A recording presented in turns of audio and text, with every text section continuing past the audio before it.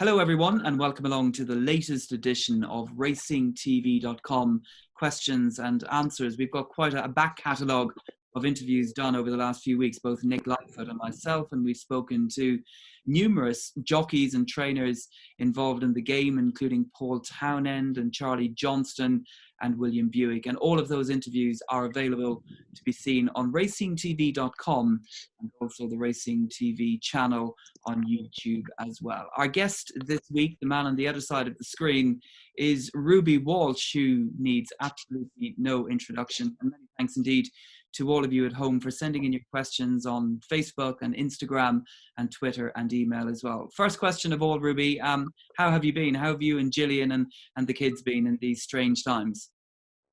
I think we're doing well, Bernard. We're lucky to have land in a big garden and a couple of ponies, and we're definitely a lot more fortunate than people in cities or towns or apartment complexes and so on. So be grateful for small mercies at this time.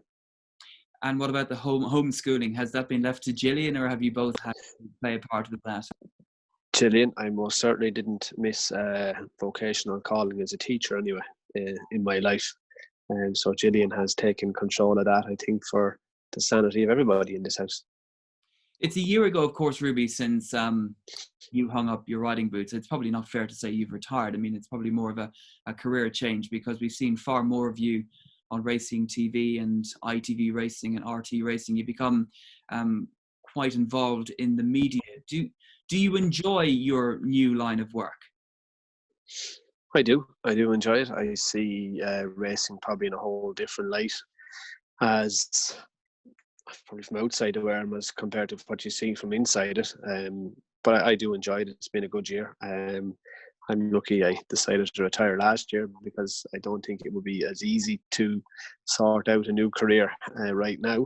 But I do enjoy it, Bernard, and I think racing has some big challenges in the future to face and overcome. But I think it can. And look, I think being I suppose a solitary sport, horse racing, I think it has a bigger chance of resuming before a lot of team sports. And I think there's a golden opportunity for racing to showcase itself to a much broader audience in the coming weeks or months.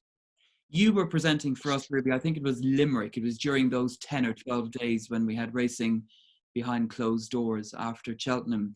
Were you very impressed with the measures that had been put in place to enable racing behind closed doors to take part? I don't think you have to be too impressed, Bernard. It's social distancing, and it's not that difficult to do it.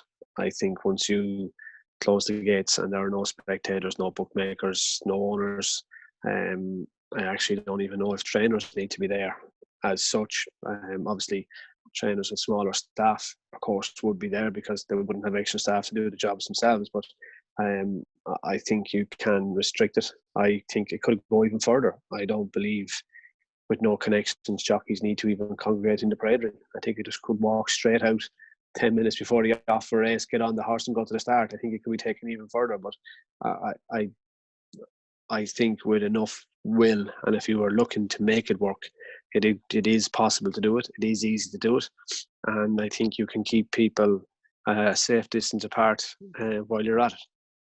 Very good. And of course, I guess that sort of those 10, 12 days when we had racing behind closed doors in Ireland, it gives Horse Racing Ireland a good case study to present to the Irish government as to how feasible it is and how safe it is to see a resumption of racing, at least on this side of the Irish Sea.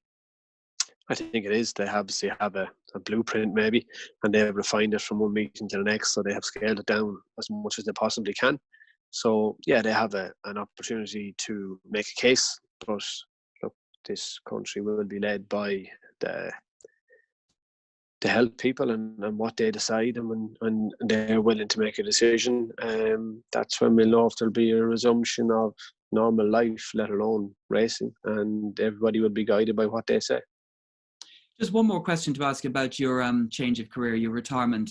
Were you always planning, insofar as a jockey can plan, were you always planning to retire at Punchestown, or would you have pulled the plug, say, if you had won the Gold Cup last year, if you'd won the Grand National, or was Punchestown always going to be the finish line for you?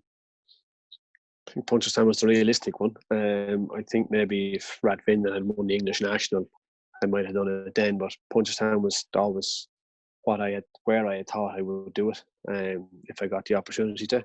And I was lucky that this time last year I did get the chance to do it there. Absolutely, and it was a great occasion. It seems a long time ago now, a different universe ago even. Ruby, we have a lot of questions to get through. We've had a great response from all of our followers on social media, and thank you to everyone for your questions. The first question we're going to put to you, Ruby, Paul Martin on Twitter was wondering, what was the best ride that you ever gave a horse? Oh, I don't know. I'll let somebody else be the judge of that. But I was watching replays the other night, and I watched Ledalco, I think, in the Scottish National, and I don't think if I had another go, I could have managed to make him win. Very good. And then KJW8, again on Twitter. Ruby, what's the worst ride that you ever gave a horse and still managed to win on? I think there was plenty of those, but unfortunately, when you get away with making a mistake, you tend to forget it, whereas the ones you got beaten on that you should have won on, you remember them much more because you didn't get away with the mistake. But I think the plenty of ones that I gave ordinary rides that I managed to win, you kind of took a deep breath and blocked it from your memory. Very good. So pretty much every winning ride is a good ride, in other words. Lindsay on Twitter was wondering, if you hadn't made it as a professional jockey, what job would you have liked to have done? Ooh, I don't know. I think engineering or architecture. No, that's fanciful that I would have been able to qualify as one or the other. But engineering or architecture would have might have been an avenue I might have pursued.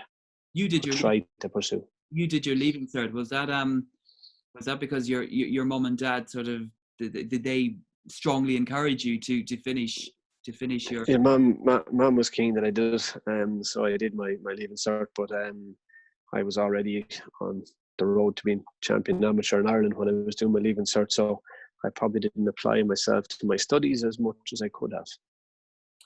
Paul Dixon on Twitter, your favourite courses in Ireland and the UK? Different tracks for different reasons. I loved riding over fences in Sandown. I always enjoyed the new course in Cheltenham. I think Leopardstown over fences is a great track. So is Punchestown. I think there's plenty of great tracks. But most of those, I think if you're riding a good horse on a big day over fences in Sandown, was always a good thrill. And the young horse owner on Instagram, if you could ride in a flat race anywhere in the world, where and what would that race be? Oh, the Prix Lark. It's a pretty quick answer. Is that? Did you ever think about being a flat jockey? I mean, physically, would it have been within your? I thought about it a lot, Bernard, but it just never could happen physically. I was just too big and too heavy. Steve Wynn on Twitter was wondering, what was the best piece of advice you have been given, and who gave you that bit of advice? Willie Mullins. Nobody is irreplaceable. Good. Michael Rhodes on Twitter. Can you remember, what's the funniest moment you had as a jockey?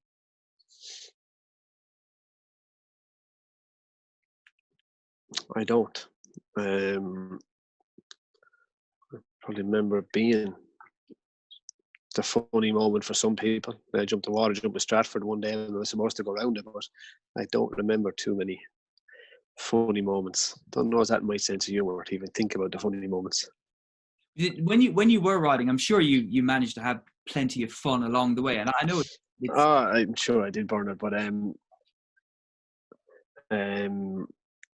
sorry, so I was just asking me something there. I'm sure there was. I wasn't a stick in the mud by any manner of means, but I just can't think of a funny moment offhand.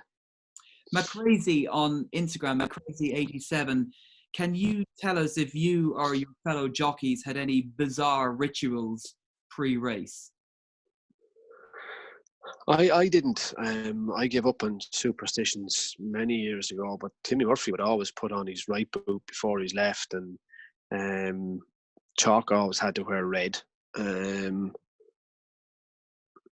No, different things. Somebody used to always like to be last out of the wearing as well. And did And other people wouldn't go out first, but no, I didn't.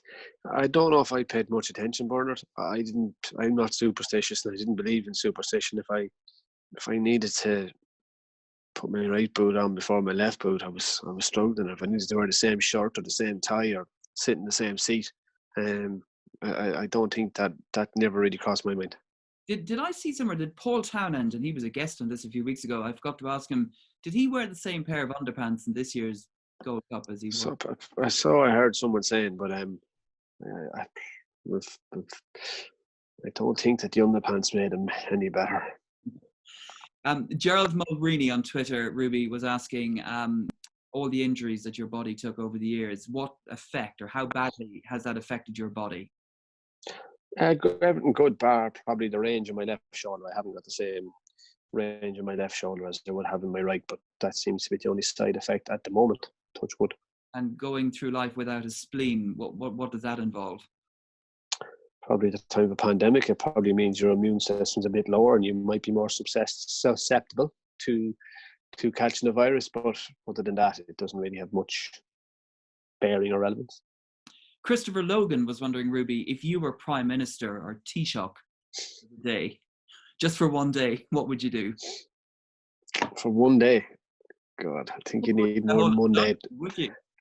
I think you need a bit more than one day now to try and start out Ireland or the UK. But if you're in for a day, what could you do? Probably couldn't do any more damage than has been done already anyway. But what would I do in one day? What could you do?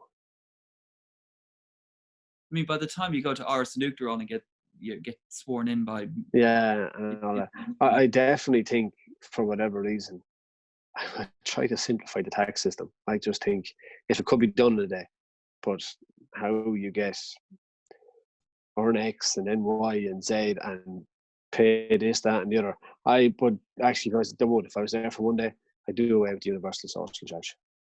Very good.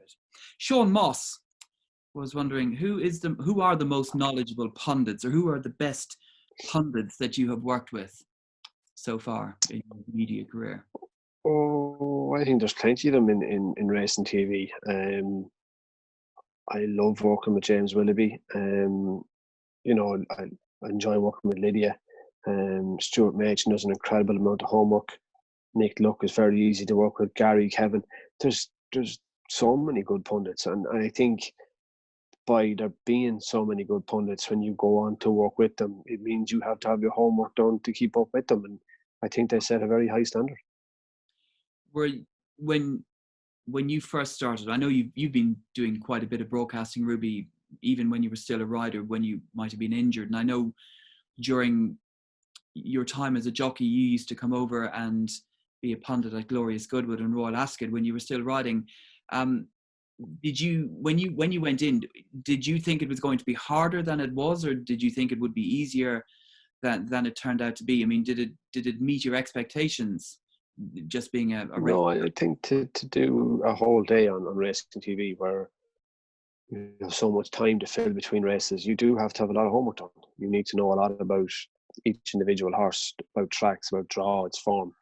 For me, jump racing was quite easy, but for flat racing, it meant reading a lot of form that I didn't know much about and trying to get a handle on it. But I enjoy it, and I think, to be fair to a lot of the racing TV presenters and pundits, they've definitely made it easy for me. Christina was wondering on Twitter, what was the first meal you had after you retired from being a jockey? Can you remember that? Sadly, Christina, I didn't struggle with my weight, so there wasn't a treat when I finished.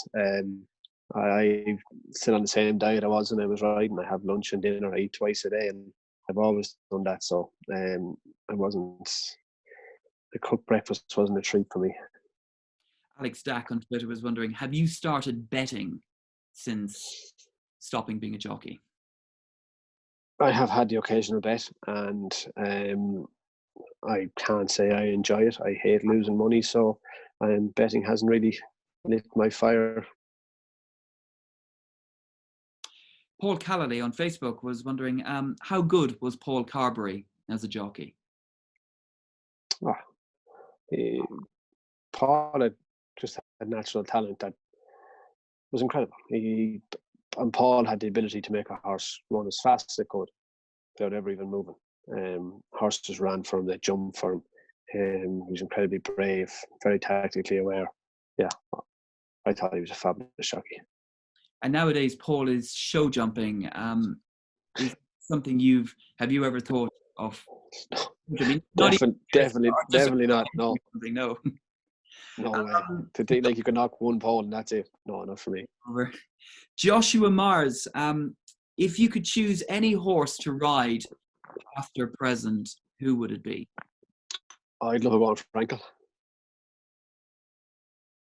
Do you think you would have struggled to have held him? I mean, he looked fairly headstrong. I mean, one thing I always thought that Tom Queally did pretty well on him was actually getting him to the start safely. I know it seems a silly thing to say, but you know, he was a free going sort. I'd like to think I'd have managed to get him down to the start any other corner. I would love to have had a go on Frank. He looked an incredible horse. Does he remind you at all of Undersow? No. And there was another question, Ruby. Undersow, what is he doing? What does his retirement entail now? Did I see somewhere here on Twitter or something that he's off to France? He's gone back to his breeder, yeah. His breeders wanted him back when he was finished his racing career. So he left last Thursday or Friday and went back to France to his breeders. So I'm sure he'll enjoy a happy retirement in a field somewhere in France, in Sceaux, because under Sceaux does mean one of Sceaux or one from Sceaux. So I'm sure he's gone to Sceaux. John Kennedy was wondering, who was the best horse you ever rode? Chaser was Carlo Star. Hurdler was Hurricane Fly. And Aidan Nicol, who, in your opinion, can be a future champion jockey in Ireland? I think if he gets any luck with injury, Jack Kennedy. It's been tough for him, hasn't it? However, he's had a bad run, but I think if he gets a good run, he could be a champion jockey. Claire Harvey on Facebook was asking, who were your greatest inspirations outside of family and fellow jockeys? So I suppose it's away from racing, who would have inspired you? I suppose I looked at all different sort of sports people, Bernard, to take different things from everybody. And I probably looked at golfers, the way they could concentrate and refocus after one bad hole to refocus to try and play the next hole better. I would have thought that like horse racing. The first race didn't go well, you try and refocus and look at the second for the second race. Same maybe of penalty kickers in rugby. Roland O'Gara miss a penalty, but 2 minutes later have to take another one. Those kind of people are probably the ones I looked at most that you could try and relate to from other sports to horse racing, and I suppose athletics then for tactics and pace, at David Rudisha or Michael Johnson, people like that. Dean on Twitter was wondering, did you enjoy riding more in Ireland than in England, or in England more than Ireland? Did you have a preference? I didn't. I found them both quite similar. Slightly different rules, but pretty similar tracks. I didn't. I enjoyed riding, but I rode with great jockeys and it was good fun. And I didn't have a preference for one or the other. Maybe a slight preference for Ireland, because when I was finished, it only meant getting in the car to go home. I didn't have to get into a car, into a plane, and back into a car to go home. So probably for easiness, Ireland. Sports fan again on Twitter was wondering, did your dad teach you how to drive? And if so, how did that go? No, my mum. And how did that go? Were you a good pupil? My mum was a good teacher. How many times did you take your test before you passed? Can you remember that? Second time. Oh, good. Same as me. Paul Holland on Twitter. Growing up, which of your father's wins gave you the most pleasure? Him as a jockey, or him as a trainer, or me riding for him? Doesn't say. Growing up, I suppose you'd almost take that as, I suppose, either as a trainer or him as a jockey. Yeah, I suppose Comanche caught me in the train for him. Him as a trainer, yeah, that I didn't ride anymore. Can you remember what can you remember of your dad riding? How much of your father's Very little. I remember him winning an Attitude Adjuster in '86, and I remember riding in bumpers there after that, but I don't remember much of him as a jockey before. He won the champion chase in '79. I was only born in '79, so I don't remember a huge amount of my dad's career as a jockey. Judith Llewellyn on Facebook asked, did you ever have to learn Irish dancing? No, Judith, I'm afraid my musical dancing and singing skills are limited, to say the best. Very good. That's a good answer, Ruby, because Judith was wondering if you had learned how to do some Irish dancing, if you could show her a few moves. Get one of the kids, maybe you have a chance, but definitely no chance of me.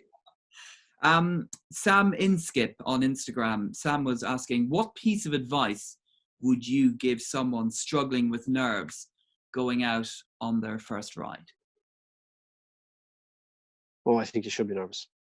I think it's more likely to give the person who has no nerves the advice that this doesn't excite them and doesn't mean anything to them, so they probably shouldn't be doing it. But if you haven't got nerves the first time you're going out to ride in a race or excitement, you're not going to spend very long at it. So if you're nervous, it's natural. Don't worry about it. And Livis P was wondering, have you ever considered training racehorses? Well, I suppose the theory of it has bounced around in my head, but the theory and the reality are two very different things. And I'm kind of happy in this climate right now, Bernard, that I didn't do that last year. If you did consider training, Ruby, would it be dual purpose? Would you train jumpers, or would you prefer to train flat horses? Oh, I don't know. That'd be a long way down the line before you even come to that bridge. I mean, if you're to consider training, there's facilities, yards, gallops, etc., before you even decide what you're going to train. So there'll be a lot of thought put into it, and I didn't even begin the thought process. Darren Toland on Twitter asked, was there one ride that you felt cemented your partnership with Paul Nicholls back in the early days of your association with Paul? Was there one rider or one horse that... I don't think there was there? There might have been at the time. I might have thought, God, that was important. But I think as I got older, you realise that one good ride wasn't going to get you a job, and one bad ride wasn't going to cost you a job. That there had to be a number of both. A, to get a job, B, to lose a job. And so I don't think there was any one ride that would have got me that job, no. Hypothetically, if Denman, Koto Star and Neptune Colognes were all aimed at next year's Aintree Grand National, which one would you opt to ride out of Denman, Koto Star and Neptune Colognes? I'd ride Neptune Colognes. He's the only one that's alive. And David Smith on Twitter. Is he? The other two have passed away, haven't they? Denman is sadly gone. Yeah, Koto, yep, you're quite right. They're both they're gone. Neptune. At least Neptune. Neptune turns up every year. I think Neptune turns up every year at the weight. Yeah, at least Neptune's alive anyway. David Smith on Twitter was wondering, did anything in your career ever top winning the Grand National on Papillon? I don't think emotionally, no. I suppose for the family involvement, it probably didn't, but there were lots of brilliant days. And what do you mean by topping it? To win a Gold Cup was a dream. To ride great horses was a dream. I don't know what does topping it mean. I think for sheer joy on one day, I don't think anything topped it. But there was definitely days in my careers that were huge achievements. John Masterson on Facebook was wondering which win on Koto Star meant the most to you. Oh, I don't know which one.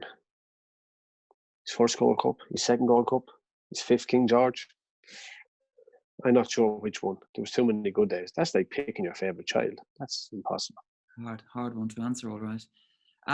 Do you think Koto Star would have won a Queen Mother champion chase if he had made it 2 miles? He would. Andrew, he wouldn't in the beginning. I'm not sure he would have by the time he retired, but he would have in the beginning, yeah. Andrew Radford on Facebook was wondering if both Koto Star and Desert Orchid were at their peak and obviously around at the same time, which horse would have won a one-off running of the King George? Desert Orchid or Coto Star, Kempton Park, running at the same King George? Yeah, I'm obviously going to say Coto Star, but Desert Orchid was winning King George's in the mid to late 80s, and that's just before my real memory kicks in. I'm not sure what was second to Desert Orchid in those King George's. I can remember him winning the Irish National. I remember winning the Gold Cup. That was in 89 and 90, but do I remember him in his King George's? Not really. So I think Cato for me. Purely because I don't remember Desert Orchid's King George's. If you could ride a Cheltenham winner again trained by Willie Mullins, which horse would it be and why? Relive one we had? Yes.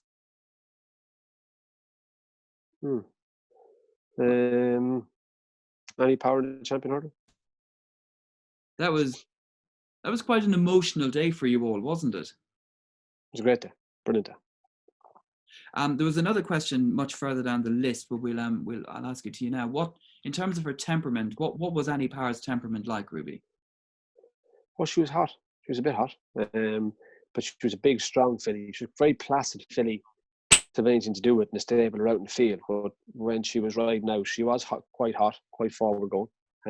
But she was a very placid filly in the stable or in the field or to handle. She was a very, very honest, placid individual. Tom Bakewell on Instagram was wondering, which of Willie Mullins' bumper horses are you most excited about to see over hurdles next season? Oh, either Fernie Hollow or Appreciated. I think they're both very, very good horses.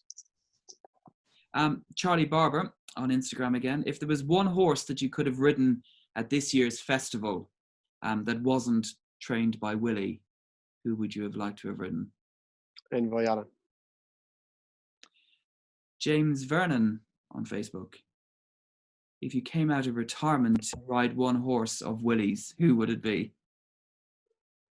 Alboon Ford won the Gold Cup. Do you think Mellon would have won the Arkle if he had run in it? No. Did you ever disagree with a trainer as to which race they wanted to run a horse in? Often.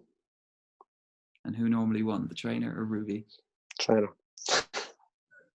Will Hickman on Twitter. Have you ever experienced fear?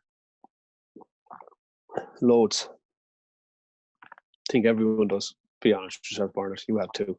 Oh, yeah. Everyone gets scared at times. I'm terrible at heights. I've been helping painting the house here, and I'm not good up a ladder. So yeah, I suppose, yeah. I mean, what things are you scared of? Rats, heights? Rats, anyway, definitely scare me. Different things in life, different decisions you're going to make. Everyone gets scared from time to time of the consequences of something or what's going to happen. And that's life, though. Clive Buckingham, back to racing again. Would the very best staying hurdlers like Big Bucks have been competitive in graded staying races on the flat? I think Big Bucks would have won the Ascot Gold Cup. I think Estimate beat Simon on a head or a neck, and I think Big Bucks would have been a superior horse to Simon on. So I think Big Bucks could have won an Ascot Gold Cup. I think Andy Power would have been a hell of a flat horse. So would Faugheen. They'd have all been top class staying flat horses, yeah. There was another question here about Faugheen. It was from Scott on Twitter. Do you think Faugheen would have won or might have won a Cheltenham Gold Cup if he had been sent over fences a little bit earlier in his career? I don't know. Faugheen wasn't the soundest horse in the world, and when you go jumping fences with horses, it can be even harder to keep them sound. So I don't know the honest answer to that one. Brendan Lowther was wondering, did you have some of your easier Cheltenham wins aboard Vautour in the JLT and the Ryanair chases? Definitely in the JLT. I don't think he was as impressive in the Ryanair, but in the JLT, so it's only a matter of not going the wrong course. And Brian Nile was asking, how come York Hill was never the same horse after his JLT win? I don't know. I definitely don't have the answer to that question. I don't even think Willie Mullins has the answer to that question. We don't know what happened, where he went, but he just never lived up to the expectation anyway. It's a shame, isn't it? I mean, when he was a novice, he just looked like he had the world at his feet. Only they could talk. Absolutely. Peter Hayden, Ruby, from your first ride in the Grand National to your last ride in the Grand National, how different, or how much of a difference has there been in the fences? They're a completely different race, but that's been well documented and well publicised. They're completely different fence. The race has changed in the type of horse you need for it, but it's still a wonderful race and it's still a great race. It's and we could have had a 3-time winner maybe this year had it been on with Tiger Roll, but the type of horse that wins the Grand National has changed and the race has evolved, but so has the world we live in, and so has people's opinions of horse racing, and people's outlook on society have changed. So the Grand National has adapted to that, and it's standing the test of time. Barry Comerford, taking us back 19 years, 2001, when you and AP McCoy remounted, was it Blowing Wind and Papillon? Barry was wondering, when you remounted, what was the topic of conversation as you were making your way around the remainder of the course? He was moaning all the way that he would have won if he hadn't gotten knocked out of the race. But the topic of conversation, Blowing Wind was going much better than Papillon, so I was pleading with him to wait for me, to give me a bit of company to keep Papillon going. But I think that was the tone of the conversation. It's quite a long time ago. It's not one I remember off the top of my head now. When did he kick on to take third from you? What did he get over the last and then just? He said, "I'm going." And I said, "Away with you. I have no horse to go with, so good luck." And the final question we have on the list, after flying through these, Shane Rooney on Facebook was wondering, would you encourage any of your daughters to get into racing and to keep the Walsh legacy going among jockeys? I encourage them. I won't discourage them, Bernard. If they so wish to follow the career path that I followed, I will support them and help them in whatever they choose to do in life. I won't encourage them or discourage them. I think that I was allowed to find my way in life as to what I wanted to do, and it worked out for me. And that was the way I was reared. So hopefully I can do the same for my children. The week that's in it, Ruby, obviously we should be all enjoying Punchestown this week. What does you're a proud Kildare man? What does Punchestown mean to the people of Kildare and indeed the Irish racing community? Well, it's a brilliant end to the national hunt season, Bernard. You get all the best Irish horses. Not so many English at the moment, but you get all the best Irish horses, and it's a great end to the national hunt season. There's a huge spin-off in the economy here in Kildare with that. Big crowds, people over from the UK, from all over Ireland, hotels, pubs, restaurants, shops. There's a spin-off for everybody. And unfortunately that's not here, so it's a big blow to the economy. It's a blow to the national hunt sector. A lot of prize money in Punchestown. So yeah, it is a loss, but there are worse things happening in the world, and Punchestown will be there next year with a bit of luck. Absolutely, well said. Well, Ruby, on behalf of everyone, thank you very much for answering all the questions, and hopefully we'll see you soon, and hopefully we will all be back racing in the not too distant future. I think it's just stopped raining, so it's time to go and give some kids some riding lessons. Best of luck, Ruby. Thank you. Cheers, partner. Good luck.